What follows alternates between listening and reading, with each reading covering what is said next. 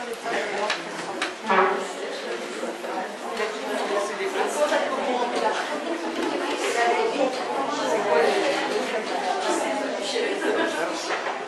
petite présentation, c'est la médecine traditionnelle orientale moderne. Tout le monde connaît la médecine traditionnelle chinoise, et aujourd'hui, je vous présente la version moderne, c'est-à-dire, par rapport à ce qu'a dit le guide, quel est le rapport entre les deux médecines? Est-ce qu'il y a une opposition? Au contraire, est-ce qu'il y a, on parle de la même chose? Je vous rassure, on parle de la même chose. Donc, pendant le petit exposé, j'ai fait le parallèle entre les découvertes chinoises et les découvertes de la médecine moderne, et vous verrez qu'on parle de la même chose. Donc, il n'y a aucune opposition. Hein. Il ne doit pas y avoir de guerre entre les deux. Simplement, quand il y a eu des problèmes, c'est la méconnaissance du corps médical occidental sur la connaissance traditionnelle. Donc, Marc Mézard, c'est mon nom. Je suis praticien de médecine orientale depuis 32 ans et je suis enseignant depuis 1995 à l'Institut sino-franco-vietnamien des médecines traditionnelles. Et, chose extraordinaire, je suis à l'île de la Réunion, j'enseigne à l'île de la Réunion depuis 14 ans. Et j'ai commencé les cours ici à l'île de Réunion, ici. Les premiers cours ont été donnés dans un pavillon de l'hôpital. À l'époque, c'était M. Delaunay qui était le directeur. Donc c'est un anniversaire. J'ai commencé les cours à la Réunion ici, dans ce pavillon. Alors 14 ans exactement, c'est vrai. Donc, mon cursus, eh bien, j'ai eu une formation de 10 années avec mon professeur chinois qui s'appelle le professeur Léon Coquet, qui est un des grands médecins de médecine traditionnelle, médecin de famille, à savoir que c'était médecin depuis 30 générations. Donc, c'est très bien. J'ai eu la chance d'avoir son enseignement parce qu'il avait 2 fils, et ces 2 fils ne voulant pas suivre la voie de leur père, il a décidé de transmettre sa connaissance à des occidentaux, donc on a eu la chance d'avoir son enseignement. 10 ans, et puis après un certain nombre d'années, je suis parti au Vietnam, et j'ai rencontré mon 2e maître. Alors, par contre, si tu peux appuyer avec la souris pour faire disparaître le petit truc, là sur la petite croix. Donc j'ai découvert mon 2e professeur, le professeur Chung Tin. Donc Chung Tin, c'est quelqu'un qui était médecin de médecine occidentale et qui était médecin de médecine traditionnelle, et c'est lui qui est le premier à faire le parallèle entre les deux. Donc grâce à lui, on a découvert la version moderne de la médecine traditionnelle chinoise. Donc pour comprendre ce que c'est la médecine traditionnelle orientale, on doit partir de la source étant la médecine traditionnelle chinoise, la MTC. MTC, donc la version traditionnelle c'est la Chine, ok, et puis ce qu'on appelle les tradipraticiens, c'est-à-dire des gens qui ont appris, comme le professeur Léon Coquet, par transmission de père en fils. Les tradipraticiens.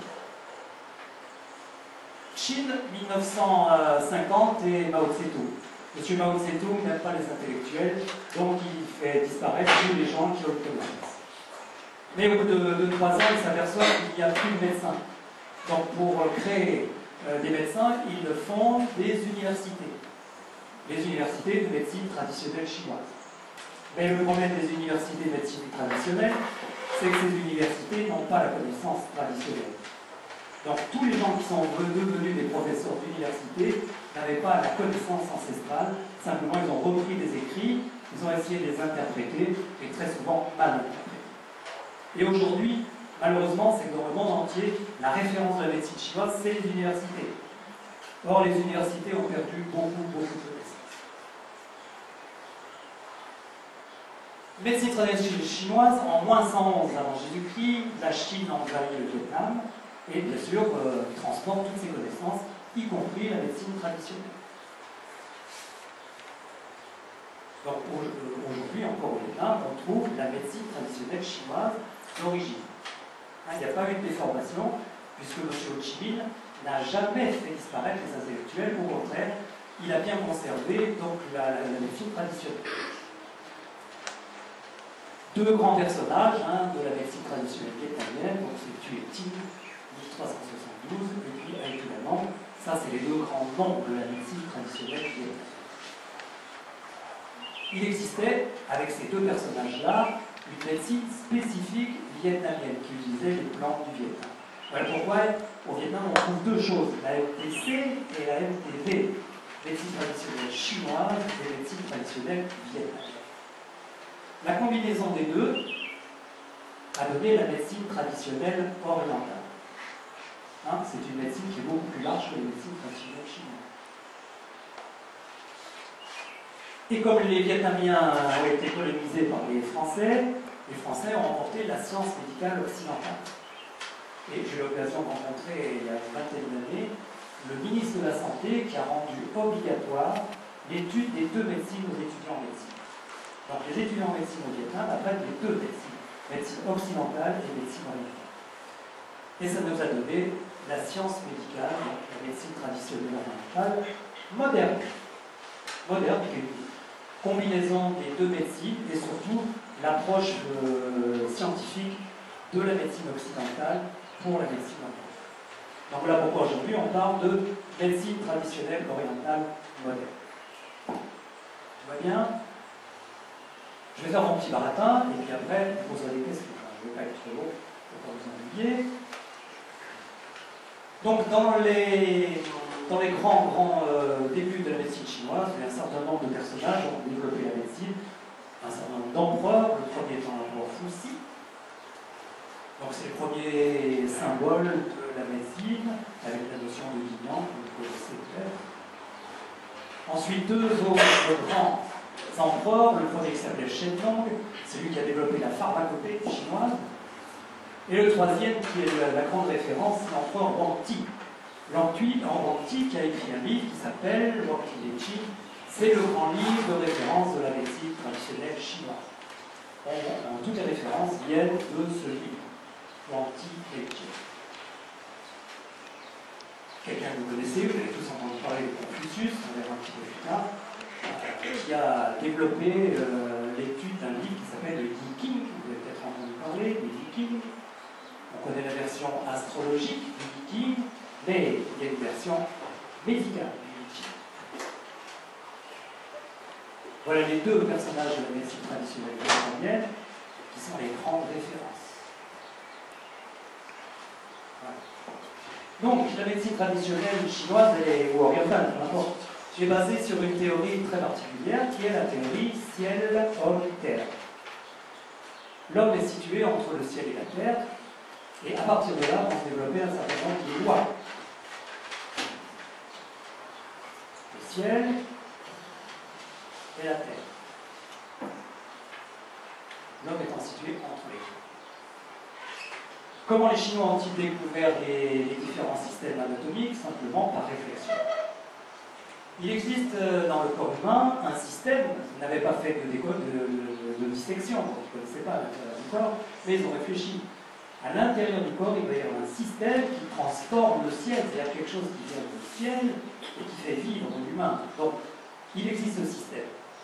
Ce système, on le connaît aujourd'hui, c'est le système respiratoire. Quand on parle de ciel, le ciel, c'est le système respiratoire.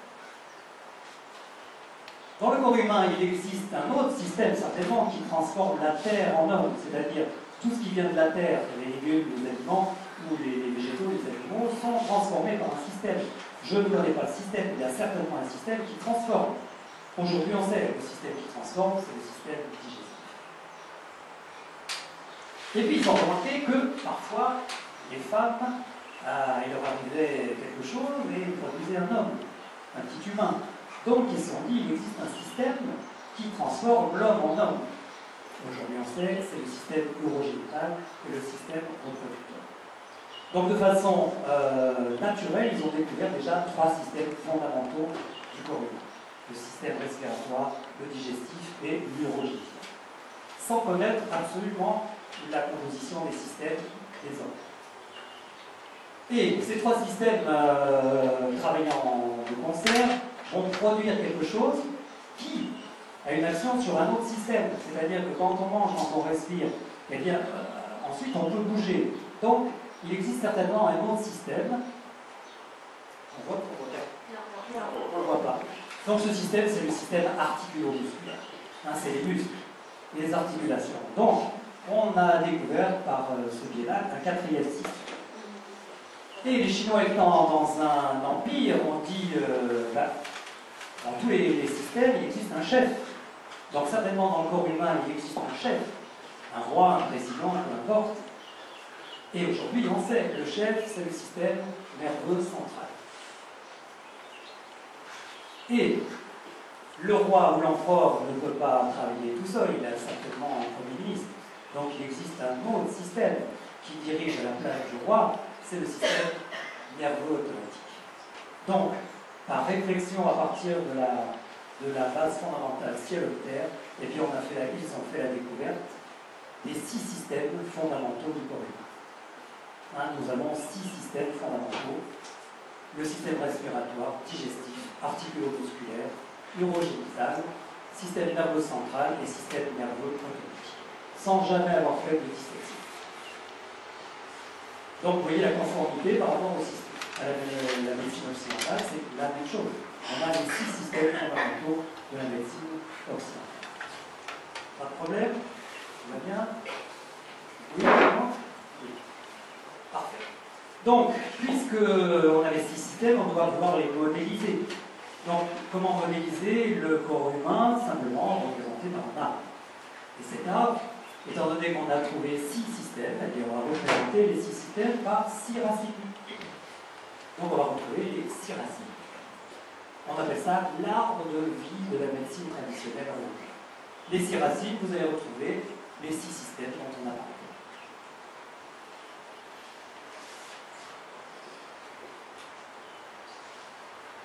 Pas de problème? Donc 6 racines. Ces racines, bien sûr, elles vont alimenter les branches qui se trouvent au sommet de l'arbre par le biais du tronc. Alors, je vous donne le nom chinois.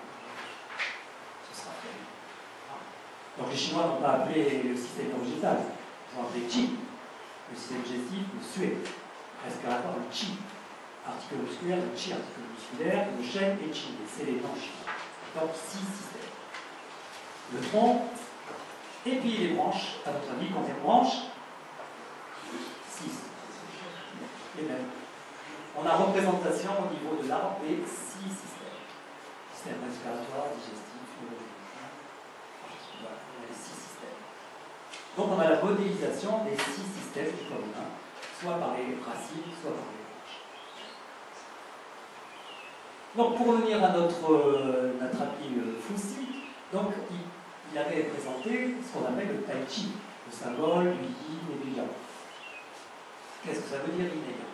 Vous connaissez tous le dessin, vous avez tous vu, représentation du yin et du yang.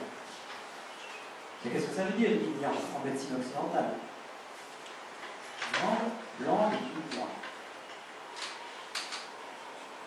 Simplement, le yang correspond. Le yang, exactement, c'est la fonction de stimulation. C'est-à-dire, dans le corps humain, on a une fonction qui stimule les organes. Et le yin, écrit par les Chinois, c'est l'opposé. Le yin, c'est une fonction de contrôle. C'est une fonction qui contrôle. Donc, dans tous les systèmes du corps humain, vous avez ces 2 fonctions fondamentales, stimulation-contrôle. Stimulation-contrôle. C'est absolument tout ce qu'on trouve en médecine occidentale, avec la notion déjà d'électricité, le plus, le moins. Mais vous avez aussi le pH acide, le pH alcalin. On retrouve ces bases fondamentales dans la médecine occidentale sans aucun problème. Le système sympathique, le parasympathique. On stimule, on contrôle. On stimule, c'est ce qui pourra provoquer l'équilibre dans le corps. Donc, traduisons les 2 mots yin et yang, simplement stimulation, contrôle.